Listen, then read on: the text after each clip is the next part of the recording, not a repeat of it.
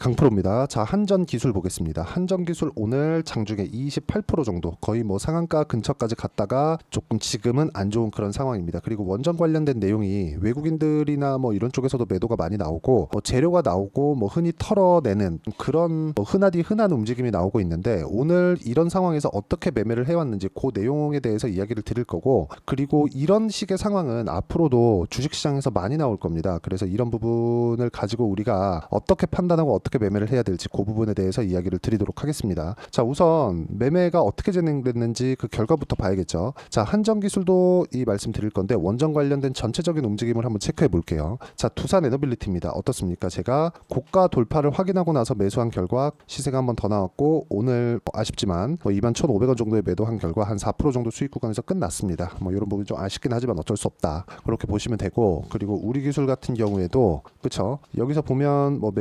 매도한 결과 뭐 8%씩 뭐 25%씩 뭐 이런 정도의 수익 구간이 이쪽 구간에서 발생을 했습니다. 근데 모두 다 고가 돌파하는 구간에서 수익 구간이 발생했다는 점이 중요합니다. 그리고 오늘 말씀드리는 한전기술 같은 경우에는 어저께 두산에너빌리티의 강세 그리고 한전산업의 강세를 확인한 이후에 여기 한전기술을 매수한 결과 오늘 한 7% 정도 1박 2일 걸렸고요. 이 정도 수익 구간에서 나왔는데 이건 역시도 고가를 잡지 못하고 내려왔죠. 그렇죠? 물론 뭐 매도 완료돼서 수익 구간에 있고 두산에너빌리티도 수익 매도가 되었지만 언제 매수를 했고 언제 매도를 했는지가 중요합니다. 즉 확인하고 매매를 진행하고 있다는 점이 중요하죠. 물론 재료상에 본다면요, 여기 보시면 24조 체코 원전 수주, 그렇죠? 유럽 교두보를 열었다, 뭐 유럽으로 이제 추가적으로 진출할 수 있다, 그런 내용에 대한 부분인데 이 내용만 보면 굉장히 좋은 내용처럼 보입니다. 근데 실제 좋은 내용이 맞기도 하고요. 근데 항상 먼저 올라왔기 때문에 올라온 부분에서 고가에서 물량을 받고 딱 털어내는 그런 상황이 벌어지는 거죠. 주식시장은 항상 이렇게 진행이 됩니다. 그리고 이런 부분에 맞춰서 미래 가치가 반영되는 과정에서 시세가 발생하는 거예요. 그래서 아까 전에 제가 보여드렸었던 매매한 결과,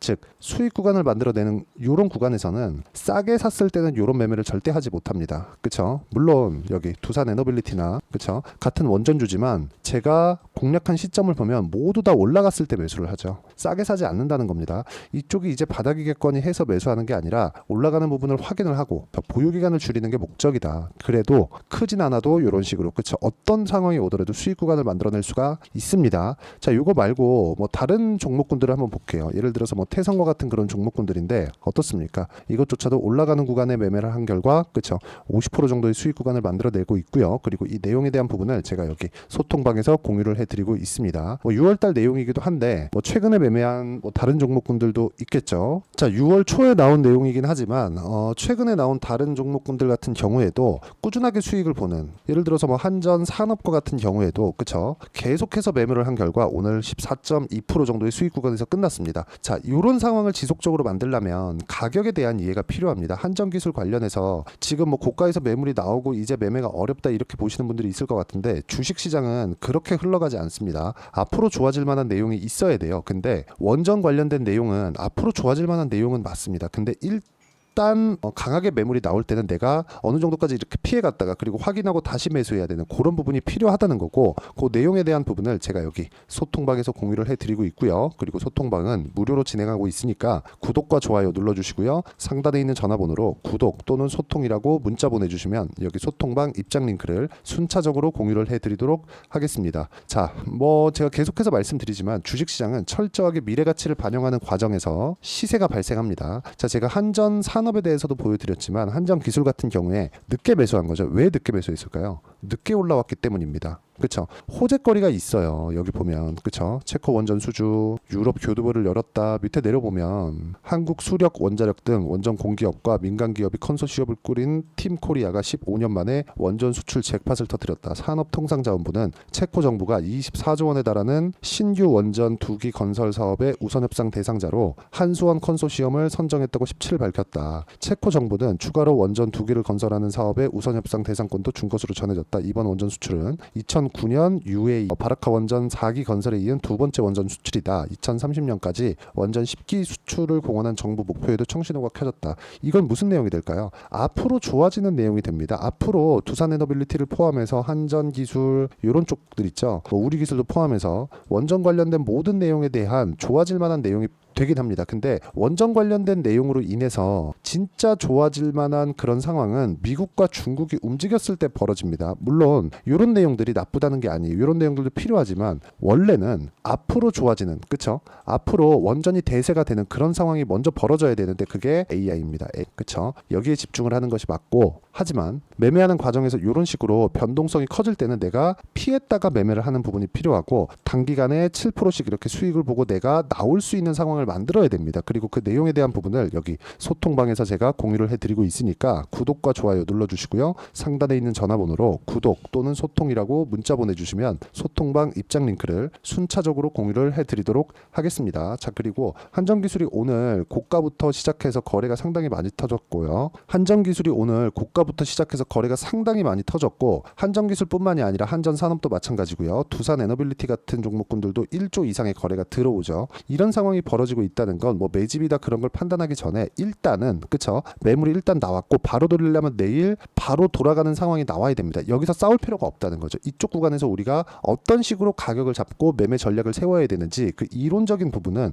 여기 한전기술의 단기 보유 전략, 그리고 단기 보유 전략과 함께 한전기술의 실시간 타점을 제가 문자로 공유를 해드리도록 할 테니까 상단에 있는 전화번호로 한전이라고 문자 보내주시면 단기 보유 전략과 실시간 타점을 제가 문자로 공유를 해드리도록 하겠습니다. 어떤 식으로 매매를 진행해야 되는지 그 부분에 대해서 이야기를 드린 거고, 오늘 실망하시는 분들이 많겠지만 여기서 매물을 받아먹는 과정을 확인하는 절차가 필요합니다. 이제 그 확인하는 절차를 어떻게 가격을 판단하고 매매를 이어가야 되는지 그 부분에 대해서 제가 가장 쉽게 이해를 시켜드리도록 할 테니까 영상 끝까지 시청하시고요. 모든 분들이 성공 투자하셨으면 참 좋겠습니다. 자, 24년도가 돼서도 시장은 여전히 어렵습니다. 자, 근데 시장은 항상 어려울 거예요. 앞으로도 계속해서 어려워질 겁니다. 자, 근데 제가 매월 대시세 종목을 구독자분들에게 공개를 합니다. 자, 내용을 보면 12월 달에 실제 공개를 했었던 강프로의 대시세 종목에 대한 내용인데, 대기업을 상대로 안정적인 매출 구조를 가지고 있고요. 그리고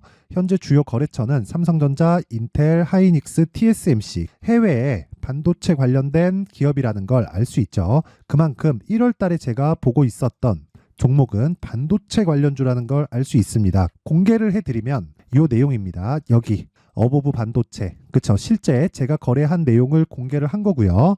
수익에 대한 크기를 보면 공략한 시점, 제가 가격대를 함께 공개를 해드렸는데 공략한 시점부터 21%의 수익 마감이 된 것을 확인해 볼 수가 있습니다. 자, 근데 지금도 마찬가지입니다. 지금은 어떤 이슈가 있을까요? 2월 달에 발표한다는 기업 밸류업 프로그램이 있죠. 근데 그걸로 인해서 지금 2월 달에 발표한다고 이야기가 나온 상황이고요. 무엇보다 우리가 생각해야 될 내용은 한 가지입니다.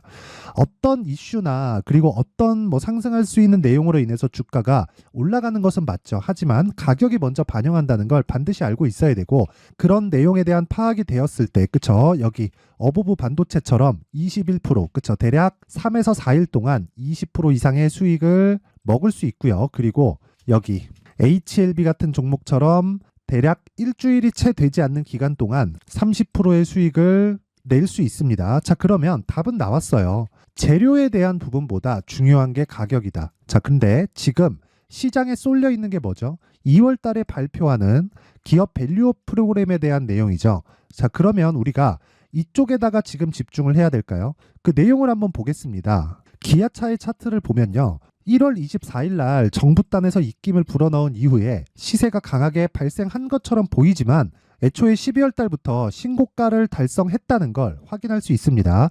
자, 그러면 우리가 스케줄을 따져봤을 때 우리가 어디를 봐야 될까요? 4월 달 총선을 봐야 됩니다. 드디어 때가 온 거죠. 4월 달 총선이 끝나면 그 뒤엔 뭐가 있죠?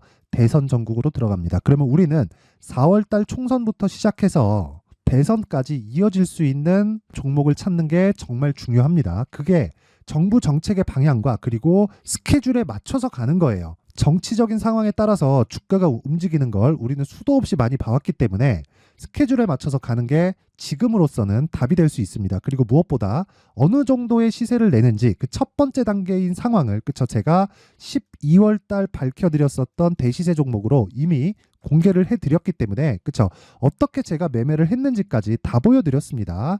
HLB처럼, 그쵸? 31.9%, 걸린 시간은 4일밖에 되지 않죠. 이 종목을 제가 가격과 그리고 어떤 종목인지를 애초에 12월 달부터 공개를 한 겁니다. 자, 그러면 지금도 마찬가지예요.